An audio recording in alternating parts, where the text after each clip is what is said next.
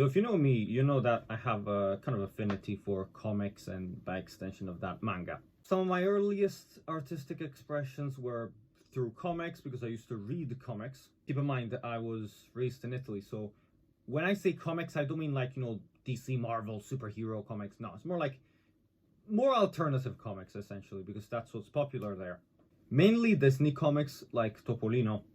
So, Mickey Mouse comics, although it wasn't really Mickey Mouse. It was mostly about the duck family, but whatever. And then I sort of veered off into more alternative stuff. It wasn't until recently that I started to dip my toes a bit more in the whole superhero subgenre thing. But I'm here to talk about manga here. Specifically, and this is something that I particularly noticed as someone who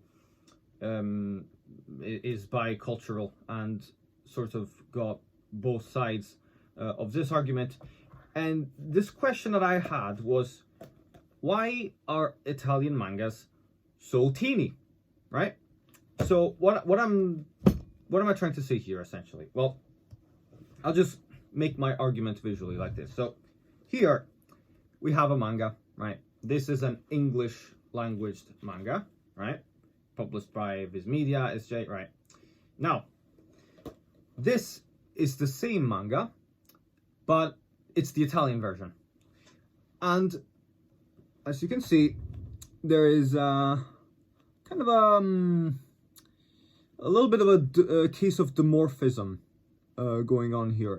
It's much shorter. The Italian version is much shorter, but perhaps the most egregious case of this size difference is with Inuyasha. So here I have the Italian version, which is pretty tiny, and here is the English version of the second volume, and you can see, yeah, it's quite evident.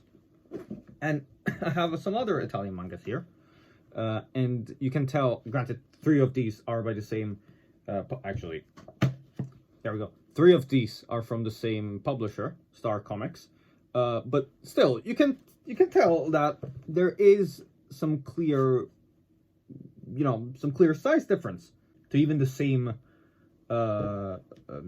series. So why is this the case? Now, I don't know for sure why Italian versions of mangas tend to be smaller, but I have a theory. Now, all the way back in 1962, this new Italian comic hit the market, and it was called Diabolic, which was like the sort of spy thriller thingy. I don't know, I never read Diabolic. The point is that the 2 women that made this comic, they decided to essentially revolutionize the way comics were sold in Italy at the time. Like, the cool thing about Diabolic was that it was released in pocketbook size. So before that, Italian comics were like released rectangularly, like rectangles horizontally, or like these big bulky ones. Not too dissimilar to like American comics, which even to this day they tend to be like A4 size, so they take up quite a bit of space. But no, Diabolic, when it came out, it came in like in this tiny sort of compact format, with the intent that you could take it anywhere.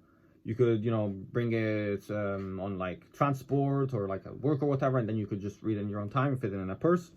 And I guess this style just sort of stuck around, and eventually when they started to import manga in Italy, they did the same and applied it to, these Japanese works. Now, this is like some weird thing that I noticed. I was always like, why are they so small? And I still don't know the answer, but this could be it, this couldn't be, I don't know. So I did a bit more research, and I found out that the Diabolic format was specifically 12 by 17 centimeters. So I measured this manga, and guess what? More or less 17, and almost exactly 12 centimeters. I'm European, I use the metric system. So yeah, I think now it is safe to say that my theory that the reason why Italian comics are so tiny is due to Diabolic is confirmed, more or less. Yay!